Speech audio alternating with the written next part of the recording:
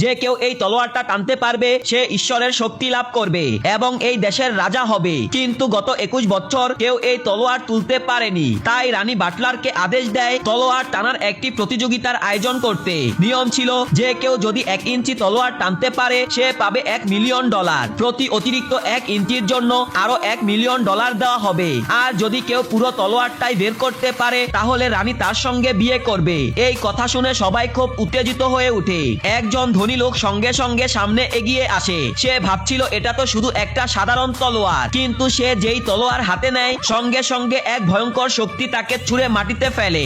একজন নারী এটা দেখে সেই ধনী লোকটিকে নিয়ে হাসাহাসি করে। তারপর একজন মঞ্চে উঠে সব শক্তি একত্র করে, কিন্তু সর্বোচ্চ শক্তি দিয়েও সে মাত্র আধা ইঞ্চি তলোয়ার টানতে পারে। বাটলার আফসোস করে আর সে নিজের দুর্বলতা বুঝতে পারে। এরপর দর্শকদের ভিড় থেকে আরেকজন ধনী লোক আত্মবিশ্বাসের সাথে মঞ্চে আসে। সেও চেষ্টা করে কিন্তু সে পারল না। 0.8 ইঞ্চি। প্রথম ধনী লোক তাকে প্রশংসা করতে থাকে। হঠাৎ করে 80 বছরের এক বৃদ্ধ আসে। তিনি চ্যালেঞ্জ নিতে চাইলেন, কারণ একসময় তিনি ছিলেন একজন শিষ্য কুংফু মাস্টার। তিনি সমস্ত শক্তি দিয়ে তলোয়ার টানে। 5 ইঞ্চি পর্যন্ত টানার পর তলোয়ারটা ভিতরে চলে যায় এবং তিনি মাটিতে পড়ে প্রচন্ড আঘাত পায়। একজন লোক দ্রুত এগিয়ে এসে বৃদ্ধ মাস্টারকে সাহায্য করে। বৃদ্ধ মাস্টার ব্যর্থ হওয়ার পর সেই লোক খুব স্বাভাবিক ভঙ্গিতে তলোয়ারটা টেনে বের করে তার হাতে দেয়। এটা দেখে বৃদ্ধ মাস্টার হতভম্ব হয়ে যায় এবং অজ্ঞান হয়ে পড়ে। লোকটি সঙ্গে সঙ্গে মোবাইল ফোন বের করে অ্যাম্বুলেন্স ডাকে এবং আবার তলোয়ারটা আগের জায়গায় রেখে দেয়। তখন দর্শকরা জিজ্ঞেস করে সে কিভাবে তলোয়ারটা তুলেছে।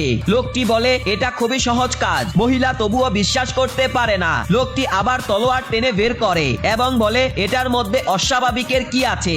এক ধনী লোক ভাবে যদি সে পারে আমিও পারবো। সে মঞ্চে উঠতেই এক শক্তিশালী ধাক্কায় পড়ে যায় এবং অজ্ঞান হয়ে যায়।